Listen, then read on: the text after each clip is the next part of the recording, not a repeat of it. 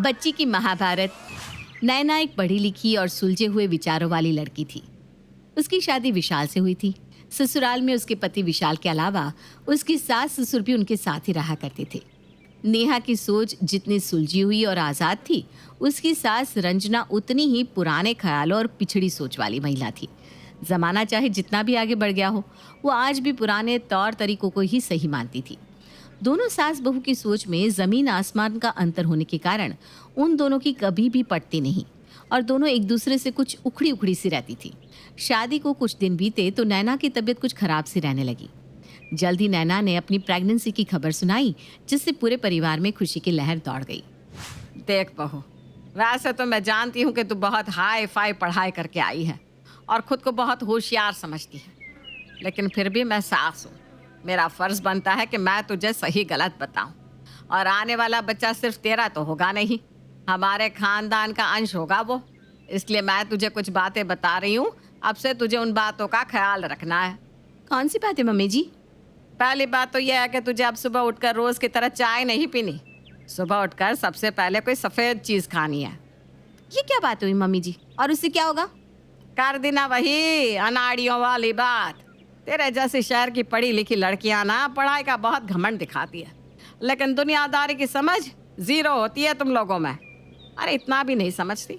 अगर तू सुबह उठकर चाय पिएगी तो होने वाले बच्चे पर इसका गलत असर होगा और वो भी काला ही पैदा होगा। हैं? कैसी बेतुकी बातें कर रही हैं आप? सफ़ेद चीज़ें खाने से बच्चा सफ़ेद हो जाएगा और काली खाने से काला? ये कौन सा विज्ञान है भाई? एक बार को मैं ये बात मान भी सकती हूँ कि चाय में कैफीन होती है जो कि बच्चों के लिए नुकसानदायक होती है, इसलिए हमें प्रेगनेंसी में चाय नहीं पीनी चाहिए। लेकिन चाय पीने से बच्चा काला हो जाएगा, ये लॉजिक तो बहुत ही बेतुका है मम्मी जी। नैना की बात सुनकर उसकी सास मुंह टेढ़ा कर लेती है। तू ना ज़्यादा होशियारी मत दिखा। अपनी ये डिग्रियों की नॉलेज ना अपने ऑफिस में जाकर दिखाया कर। बड़े बूढ़ों की बातें कभी भी गलत नहीं होती। हमने दुनिया देखी है, आई बड़ी हमें सिखाने वाली। और हाँ, एक बात और, अब ये मुंह फाड़ फाड़ कर खाना खाना छोड़ दे। प्रेग्नेंट औरतें ऐसा मुंह फाड़ कर खाना नहीं खाती, वरना होने वाले बच्चे का मुंह बहुत बड़ा और बेढंगा हो जाता है। इसलिए अब से तुझे छोटे छोटे निवाले खाने हैं, मुंह भी थोड़ा छोटा खोला कर। अरे मम्मी जी, हद हो गई अंधविश्वास की। मेरा मुंह खोल के खाना खाने से बच्चे का मुंह बड़ा हो जाएगा? आपके हिसाब से सोचा जाए ना तो बच्चे के सारे फीचर्स हम यहीं बैठे बैठे डिज़ाइन कर सकते हैं। बच्चे का रंग, बच्चे का मुंह, आपके पास तो सारी चीज़ें सेट करने के लिए टिप्स हैं। और बाकी फीचर्स के लिए भी तो टिप्स होंगे ना, जैसे बालों का रंग, सर की शेप वगैरह वगैरह। अरे ऐसे ही औरतें माँ नहीं बन जाती। तभी तो कहते हैं सुंदर और स्वस्थ बच्चा पैदा हो, इस बात की जिम्मेदारी माँ के ऊपर होती है। और बच्चा सुंदर होगा या नहीं, ये भी माँ के हाथ में ही होता है। अगर तू पूरे 9 महीने में खूब हरी सब्जियां और साग खाएगी ना, तो बच्चे के बाल एकदम काले और घने होंगे। आजमाई हुई बात है मेरी। और प्रेगनेंसी में ज़्यादा नारियल नहीं खाना चाहिए। आजकल के डॉक्टर तो ऐसे ही पागल बनाते हैं। आजकल के डॉक्टर सब औरतों को नारियल खाने की सलाह देते हैं। जिसको देखो वही नारियल पानी पी रहा है, लेकिन वास्तव में उसे खाने की वजह से बच्चे का सर कड़ा हो जाता है, जिससे नॉर्मल डिलीवरी कठिन हो जाती है। और उसी की वजह से आजकल सब बच्चे ऑपरेशन से हो रहे हैं।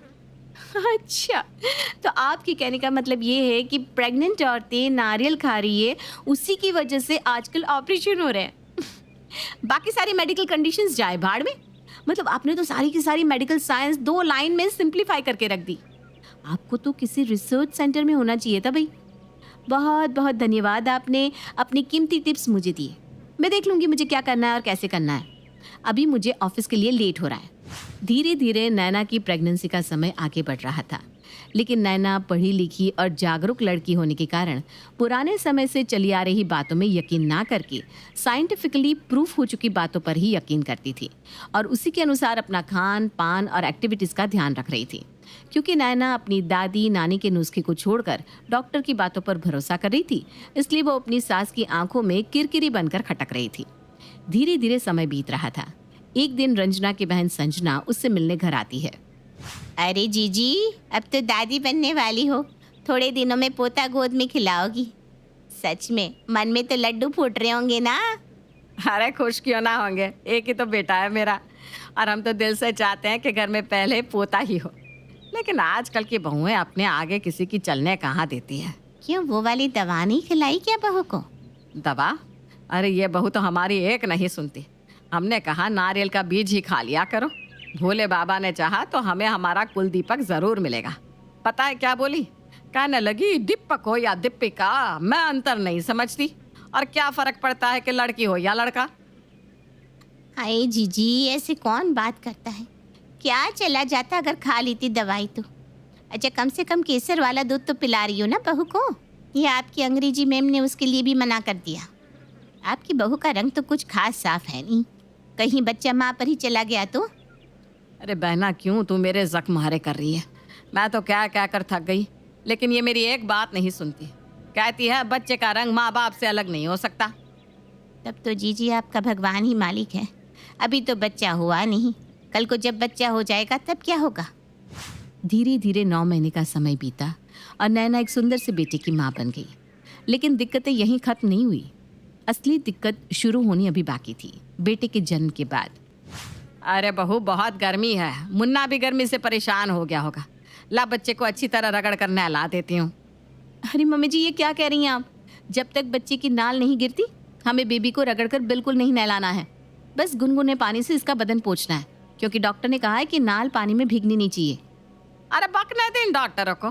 अब बच्चे भी डॉक्टर से पूछ कर पालेंगे क्या? हमने बच्चे नहीं जने क्या? तीसरे दिन से ही दिन में 4 बार मालिश और खूब पानी में रगड़ रगड़ कर नहलाया है। देख ले, दोनों बच्चे हट्टे कट्टे हैं मेरे। बता क्या घिस गया इनका? मम्मी जी, खाने को तो लोग आज भी गुटखा तंबाकू खा रहे हैं, और बहुत से लोग ऐसे भी हैं जिन्हें सालों तक कुछ नहीं हुआ। लेकिन इसका मतलब ये तो नहीं ना कि सबको तंबाकू खाना शुरू कर देना चाहिए। डॉक्टर का फर्ज है कि सही और गलत में अंतर बताए। नाल का पानी में भीगने से इन्फेक्शन का खतरा होता है, इसलिए एक बार बेबी के नाल सूख जाए फिर उसे नहलाना है, वो भी बहुत नजाकत से, रगड़ रगड़ कर नहीं। और दिन में 4-4 बार मालिश क्यों करनी है? जैसे तू रोज नहला रही है बेचारे बच्चे को। अरे उसे गर्मी नहीं लग रही होगी क्या? आई बड़ी ज्ञान बांटने वाली।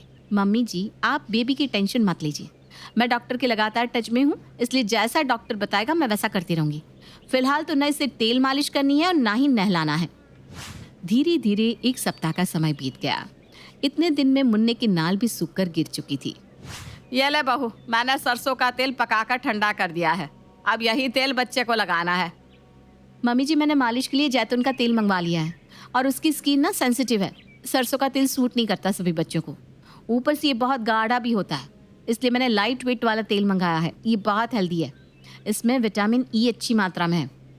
मतलब हम जो पीढ़ियों से सरसों का तेल बच्चों को लगा रहे हैं, उसमें कोई विटामिन नहीं है। एक बात और अच्छी तरह समझ ले, बिना विटामिन के भी हमारे बच्चे खूब हट्टे कट्टे और मजबूत रहे। अब तू ना ज्यादा अंग्रेजी मत झाड़, और ध्यान से मालिश करते समय सरसों के तेल की 2-2 बूंद बच्चों के आंख, नाक, कान में भी डाल दिया कर। इससे बच्चों के अंग स्वस्थ रहते हैं। मम्मी जी, ये बच्चा है, कोई सिलाई मशीन नहीं कि सारे पुर्जों में 2-2 बूंद तेल डालने से उसके पुर्जे सही चलने लगे। और सबसे बड़ी बात, बच्चे की आंख, नाक और कान में कुछ भी नहीं डालना चाहिए। ऐसा कोई 1-2 नहीं, सारी दुनिया के डॉक्टर कहते हैं। ऐसे ही लगभग हर बात में नैना और उसकी सास रंजना का विवाद होता रहता। ऐसे ही कुछ महीने और बीत जाते हैं। एक दिन नैना मुन्ने को अपनी सास के पास छोड़कर थोड़ी देर के लिए अपने कमरे में काम कर रही थी। जैसे ही वो कमरे से बाहर आती है तो देखती है कि सासू माँ उसे पानी पिला रही है। हाँ हाँ, अरे मम्मी जी, क्या कर रही हैं आप? 3 महीने के बच्चे को पानी कौन पिलाता है? क्यों, इतनी गर्मी हो रही है? बच्चे को गर्मी नहीं लगती क्या? मम्मी जी, 6 महीने से पहले बच्चों को पानी नहीं देना चाहिए। और मुन्ना दूध पीता है ना, उसमें उसे पानी भी मिल जाता है, क्योंकि माँ के दूध में एक बहुत बड़ा प्रतिशत पानी ही होता है। नैना देखती है कि कभी सासू माँ नजर बचाकर बेबी को पानी पिला देती, तो कभी खाना खाते हुए उसके मुंह में कोई भी खाने की चीज डाल देती।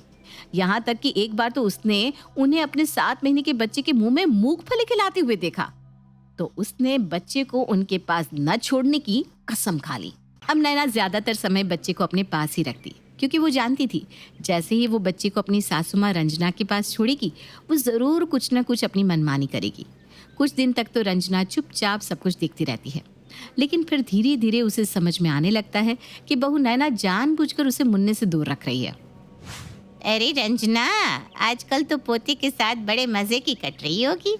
घर में एक छोटा बच्चा आ जाए ना तो जैसे सबको एक खिलौना मिल जाता है। न दिन समझ में आता है न रात। सही कहा ना? अरे नहीं बहना, अब वो बात नहीं रही। आजकल की बहुएं तो अपने बच्चों पर दादा दादी की परछाई भी नहीं पड़ने देती। वो ज़माना गया जब दादा दादी पोते पोती पर अपना हक और अधिकार दिखाया करते थे। आजकल तो बच्चे को गोद में लेने से पहले ही बहू से परमिशन लेनी पड़ती है। बहू के परमिशन के बिना तो आप बच्चे को हाथ भी नहीं लगा सकते, और गलती से अगर हाथ लगा दिया ना तो समझिए घर में कलेश होना तय है। अरे बहन, कैसी बात कर रही हो? अभी इतना भी कलयुग नहीं आया कि अपने ही पोते पोतियों को गोद में उठाने से पहले बेटे बहू की परमिशन लेनी पड़े। और अगर सच में तेरी बहू ऐसी है तो मैं तो यही कहूँगी, भगवान ऐसी बहू किसी दुश्मन को भी ना दे। रंजना ने अपनी पड़ोस की सहेली के सामने अपना दुख तो रो दिया था, लेकिन उसे ये नहीं पता था कि अब उसके दुख के चर्चे पूरे मोहल्ले में आम होने वाले हैं।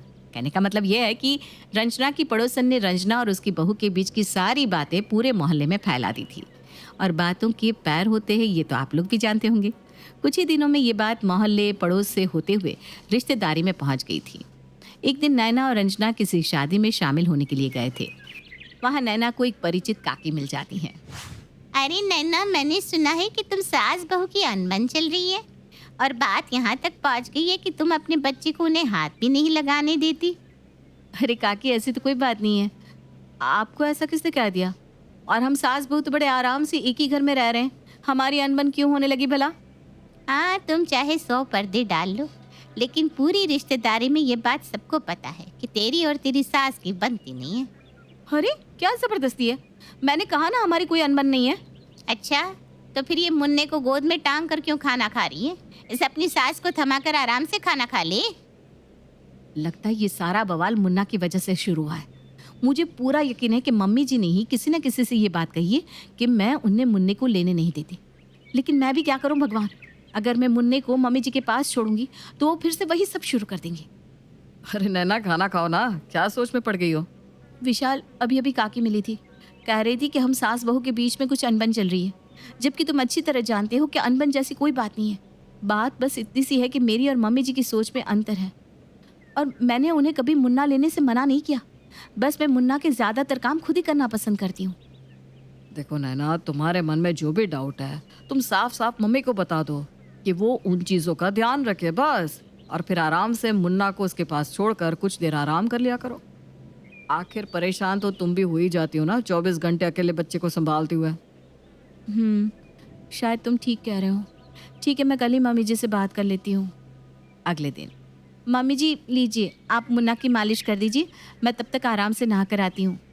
बहू की बात सुनकर सास रंजना बहुत खुश हो जाती है और खुशी खुशी पोते की मालिश करने लगती है। थोड़ी देर बाद, मम्मी जी आप मुन्ना को खाना खिलाकर सुला देना, मैं ज़रा अपनी सहेली से मिलकर आती हूँ। अपने 1 साल की बेटी को सास के पास छोड़कर नैना अपनी सहेली से मिलने चली जाती है।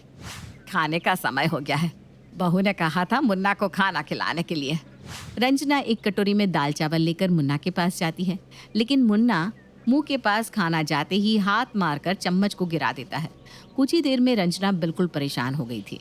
अरे अब मुन्ना तो कुछ खा ही नहीं रहा, अब क्या करूं? अच्छा, बॉटल में दूध पिला देती हूँ। रंजना बॉटल से दूध पिलाने की कोशिश करती है, लेकिन मुन्ना दूध भी मुंह नहीं लगाता। अब बेचारी रंजना परेशान हो रही थी। अरे बहू, मुन्ना तो कुछ भी खा पी नहीं रहा, क्या करूं? मम्मी जी क्या खिला रही थी आप उसे? तू दाल चावल बना कर गई थी ना, वही खिला रही थी। अरे वो दाल चावल कहाँ खाता है मम्मी जी, उसके लिए आप खिचड़ी बना लीजिए और उसे बिल्कुल अच्छे से मैश करके ही खिलाइएगा। अच्छा ठीक है, बना देती हूँ। बहू के बताया अनुसार रंजना मुन्ना के लिए खिचड़ी बनाती है और जैसे ही उसे खिलाने लगती है मुन्ना जोर जोर से रोने लगता है।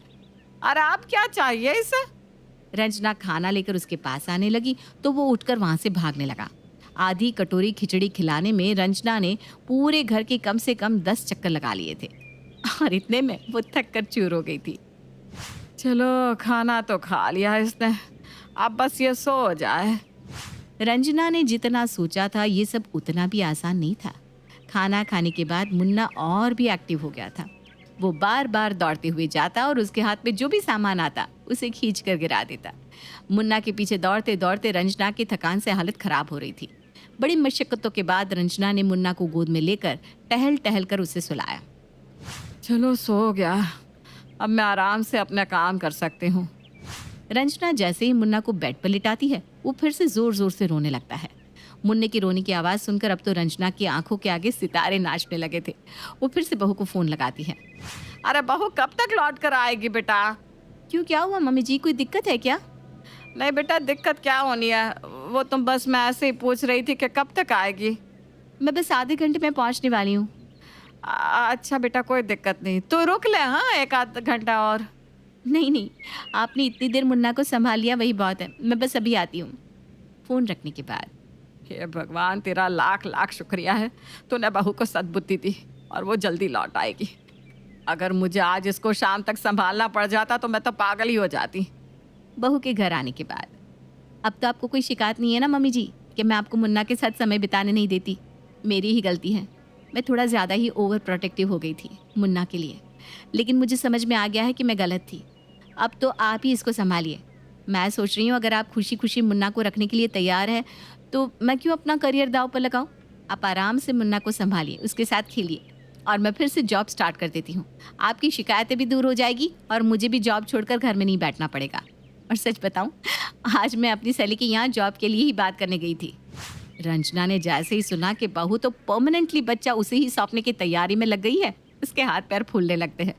लेकिन ये सारा झमेला शुरू भी तो उसी की वजह से हुआ था, इसलिए वो बेचारी कुछ भी कह पाने की स्थिति में नहीं थी। अगले दिन शाम को 7 बजे, मम्मी जी मैं और विशाल मूवी देखने जा रहे हैं, थोड़ा लेट हो जाएगा, मुन्ने को आप देख लेंगी ना? हाँ हाँ बेटा, क्यों नहीं।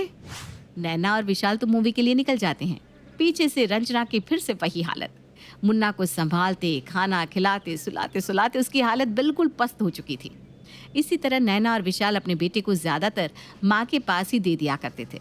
साथ में बहू नैना ये भी बताकर जाती कि कितने बजे मुन्ना की मालिश होगी, कितने बजे उसे खाना खिलाना है। इतना ही नहीं, मुन्ना को क्या खिलाना है ये भी नैना फ़ोन करके थोड़ी थोड़ी देर में बताती रहती। इसी तरह कुछ दिन बीत जाते हैं। एक दिन नैना खुश होकर अपनी सास के पास आती है। मम्मी जी, कल मुझे इंटरव्यू के लिए जाना है, बस आप आशीर्वाद दीजिए कि मुझे ये नौकरी मिल जाए। देख बहू, मुझे ये पता है कि मैंने ही सबसे कहा था कि बहू मुझ पर यकीन नहीं करती, इसलिए मुन्ने को मुझे नहीं देती। लेकिन अब मुझे समझ में आ गया है बहू कि आजकल के बच्चे हमारे ज़माने के तौर तरीक़ों के साथ पल भी नहीं सकते। और बेटा सच सच बता, क्या खाकर तूने इस शैतान को पैदा किया है? मजाल है जो एक भी काम ये हमारे हिसाब से कर ले। अरे बिल्कुल नाक को चने चबा देता है।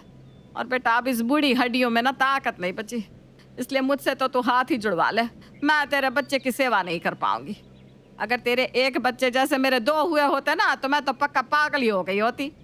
सास की बात सुनकर नैना ठहाका लगाकर हंस देती है। अब आप समझी मम्मी जी कि इन नए ज़माने के बच्चों को हमारे जैसी माएँ ही हैंडल कर सकती हैं और इनको आपके ज़माने के नुस्खों के साथ पाल भी नहीं सकते।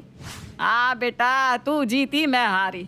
ले अपना बेटा ले जा, इसकी मालिश का समय हो रहा है। और बेटा जिस तेल से ये मालिश कराए ना उसी से कर, मुझे कोई दिक्कत नहीं है।